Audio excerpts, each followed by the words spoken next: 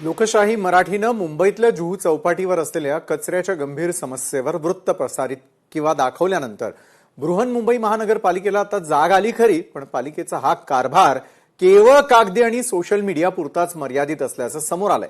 लोकशाही मराठीच्या बातमीची दखल घेत आज पालिकेनं आपल्या अधिकृत ट्विटर म्हणजेच एक्स हँडलवरून काही फोटो आणि व्हिडिओ ट्विट करत कचरा हटवल्याचा दावा केला। मात्र पालिकेचा हा दावा किती खरा आणि फसवा आहे हे लोकशाही मराठीनं आज सकाळीच पुन्हा एकदा प्रत्यक्ष जागेवर जाऊन केलेल्या पाहणीत उघड केलंय।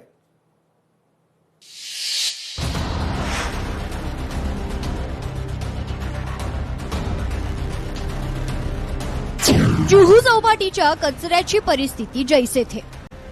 लोकशाही मराठीच्या बातमीचा दणका। मुंबई महानगरपालिकेकडून स्वच्छ किनारा असलेल्या ट्विटचा दिखावा। जुहू चौपाटीवर पालिकेच्या कर्मचाऱ्यांनी कचरा उचलल्याचे दाखवणारे काही मोजके फोटो आणि व्हिडिओ सोशल मीडियावर पोस्ट केले, परंतु प्रत्यक्ष वस्तुस्थिती भलतीच आहे। आज सकाळी लोकशाही मराठीच्या टीमनं संबंधित भागाची पाहणी केली असता कचऱ्याची परिस्थिती काल सारखीच जैसे थे असल्याचं दिसून आलंय।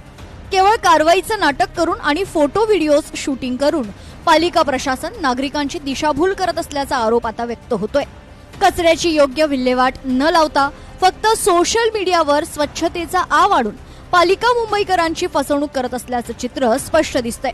याविषयी स्वतः किशोरी पेडणेकर यांनी देखील मालिकेच्या या सगळ्याच कारभारावर ताशेरे ओढले। त्यांच्याशी बातचीत केली आहे लोकशाही मराठीच्या प्रतिनिधी मीनाक्षी म्हात्रे यांनी।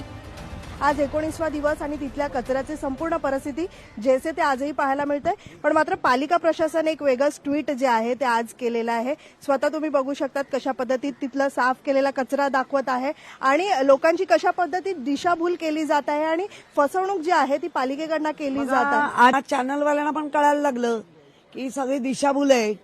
मी स्वतः येऊन तुमच्याबरोबर पाहिलंय 17-18 दिवस जर कधीच कचरा आला नाही असला तिथले नागरिक सांगतायत, कधीच आला नाही गेल्या 50-60 वर्षात। म्हणजे काँग्रेसचं राज्य, उद्धव बाळासाहेब ठाकरेंचं राज्य, आता तुमच्या राज्यात एवढा टनानी कचरा येतोय तरी तुमच्या कानापर्यंत टनाटन नागरिकांचं ऐकायला जात नाही। हा केवढा बेजबाबदारपणा आहे। जेव्हा सत्ताधारी धारेवर धरतील, सत्ताधाऱ्यांनी, महापौरांनी, स्टँडिंग चेअरमन काय फक्त हे पास करायला आहे काय? बाकी गपचूप महापौरचं काम नाही का ते बघायचं?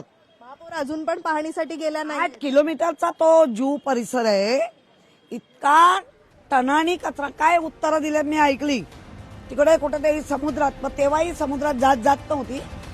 मुंबईकर आणि स्थानिकांच्या आरोग्याचा प्रश्न गंभीर बनत चालला असताना पालिका प्रशासन मात्र प्रत्यक्षात काम करण्याऐवजी प्रसिद्धीच्या फेऱ्यात अडकले। लोकशाही मराठीच्या दणक्यानंतरही जर प्रशासनाला पूर्णपणे जाग येत नसेल तर पालिकेचा हा निष्काळजीपणा आणखी किती काळ सहन करायचा, असा संतप्त सवाल आता सामान्य नागरिक विचारतायत।